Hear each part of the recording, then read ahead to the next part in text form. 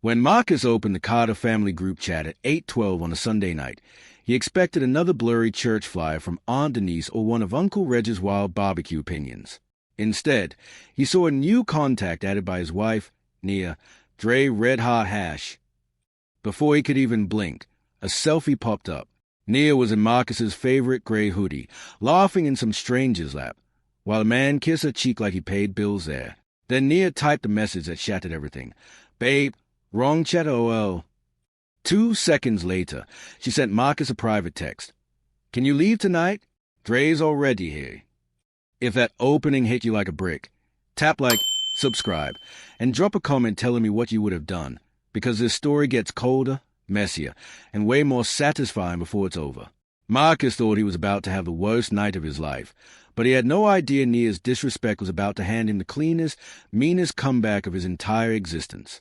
There would be betrayal, public embarrassment, a family cookout that turned into a courtroom with potato salad, and one final move so savage even Grandma Loretta said, "Well, she asked for it."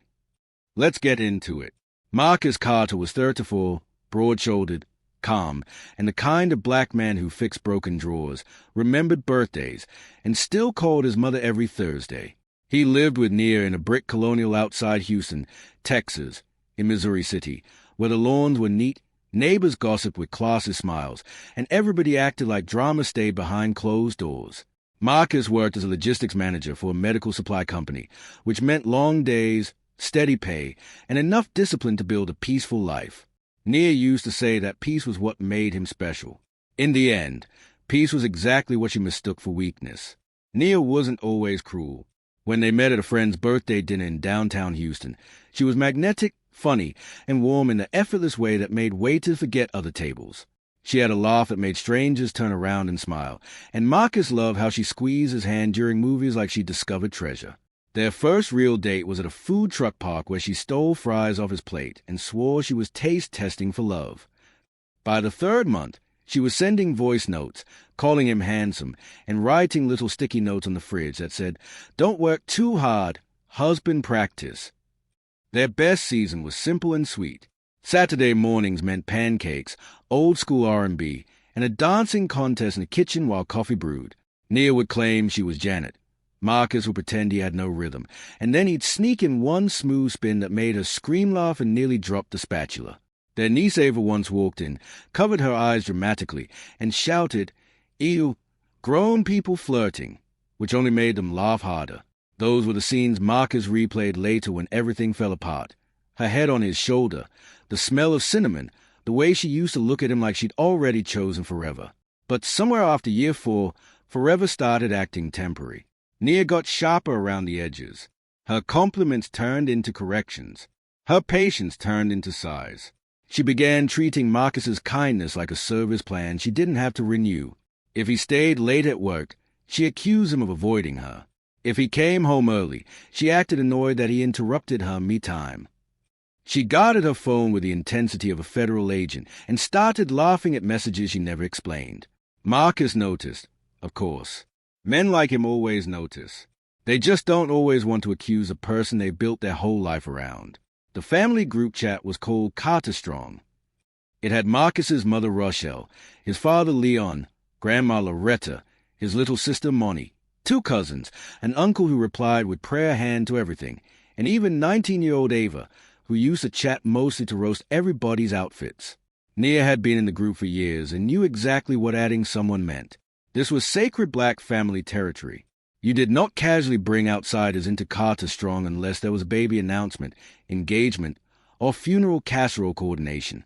So when she dropped Dre Red Hot Hash in there, every cousin, aunt, and elder understood one thing immediately.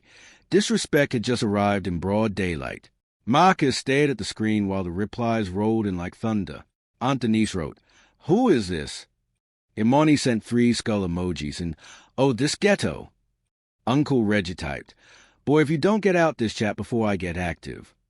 Grandma Loretta, 7 to 6 years old and never wasting words, simply said, "Nia?" Marcus felt heat crawl up his neck, not because he didn't know his wife was probably cheating, but because she had turned his humiliation into a family event. Then came the private message that hit even harder than the photo. Please don't make tonight dramatic. Just go to your brother's place. For 5 whole minutes, Marcus didn't answer. He sat in his truck outside the house, gripping the steering wheel so hard his knuckles looked ash-gray. Through the front window, he saw the warm lamp in the living room and the silhouette of a man he had never met walking around in socks on his hardwood floor. That part nearly made Marcus laugh from shock. Socks. Comfortable socks. Like this man had coupon-level confidence in another husband's house. Marcus almost stormed in. Almost. But then his phone buzzed again. Nia texted, "He's staying over. Don't make a scene in front of the neighbors." That was when hurt hardened into strategy. Instead of barging in, Marcus called the one person in the family who was smart enough to talk him down without talking him soft. His cousin Jalen. Jalen was a kind of man who wore glasses, spoke calmly, and somehow made every reckless plan sound like a TED Talk. He answered on the second ring. Marcus told him everything in under a minute. Jalen was silent for 3 beats, then said, "First, breathe. Second, do not catch a case over a man named Dre with a heart emoji. Third, if you want to play in public, let public finish the game." Marcus blinked. "Meaning?" Jalen replied, "Meaning document everything." Marcus spent that night at Jalen's townhouse in Pearland, not sleeping, just thinking. Jalen's wife, Simone, handed him tea and a blanket and muttered, "Nia has lost her everlasting mind." Their kindness nearly broke him more than the betrayal did. Around midnight, Marcus checked the group chat again. Nia had tried to clean up the mess by sending, "Everybody calm down. It was just a mistake." Ava responded, "Adding your side dude with a heart next to his name is not autocorrect." Even Marcus snorted at that. Then Grandma Loretta wrote, "Baby, mistake spill milk," that there was choreography. Marcus reread that line 5 times and saved it. By Monday morning, Marcus had transformed from wounded husband to patient architect. He went awake, smiled at people, answered emails, and quietly contacted a lawyer during lunch. He learned the house was in both names, but the down payment had come from his late grandfather's estate, carefully documented. He also learned Nia had been moving money from their joint account into a separate one for nearly 4 months. That discovery sliced deep.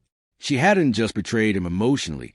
She'd been planning an exit while sleeping under his roof and eating his lemon pepper salmon. Marcus didn't cry. He just asked the lawyer one question: "How clean can I make this?" The lawyer said, "Very." The next few days became a masterclass in controlled silence. Marcus moved like nothing had happened.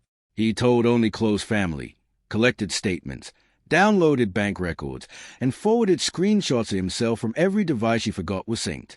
What he found was ugly, but not surprising. Dre, whose real name was Andre Whitfield, worked part-time promoting parties and full-time wearing confidence he hadn't owned. His messages to Nia were slick until Marcus noticed a pattern. He asked for gas money, sneakers, and help until this brand deal hits.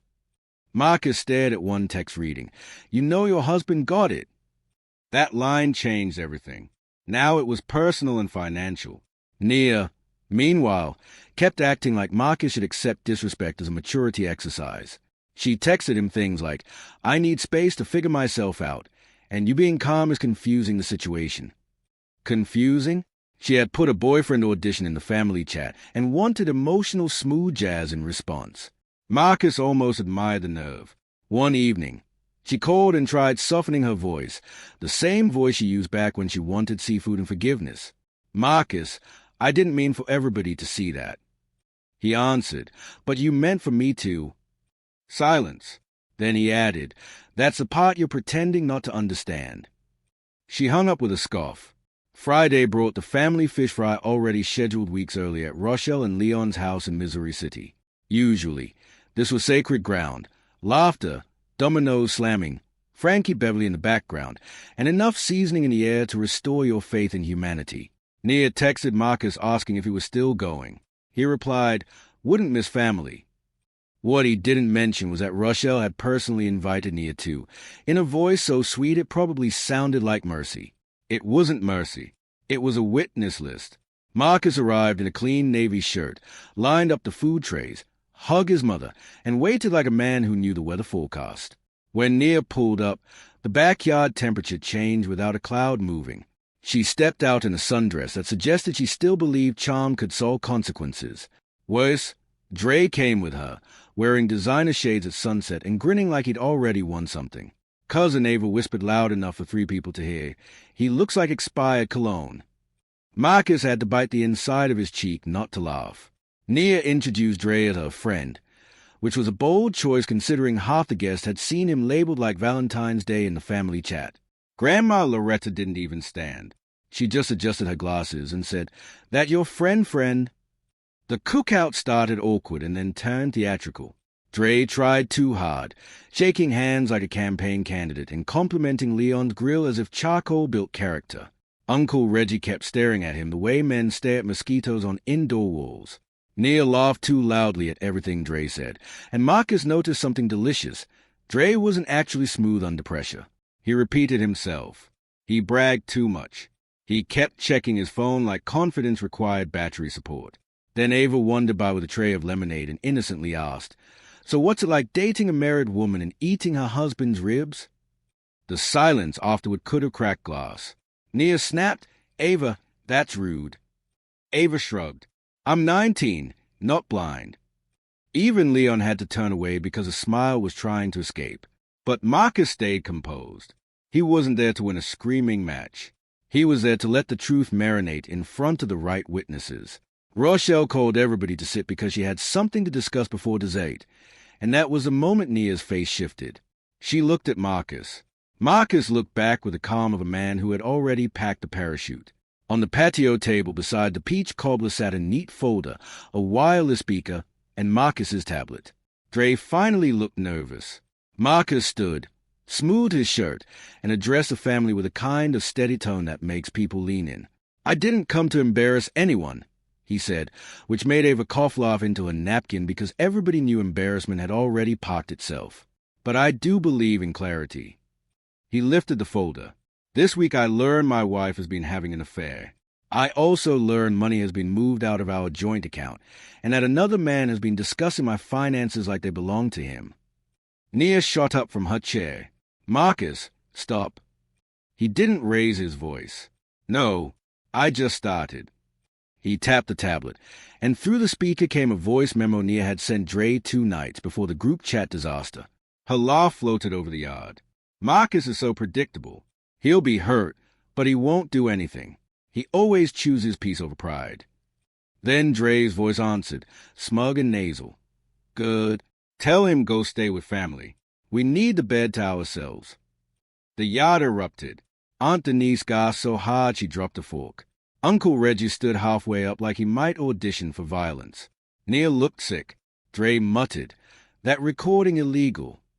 Jalen, from the corner, calmly said, "No, baby, ignorance is what's illegal tonight."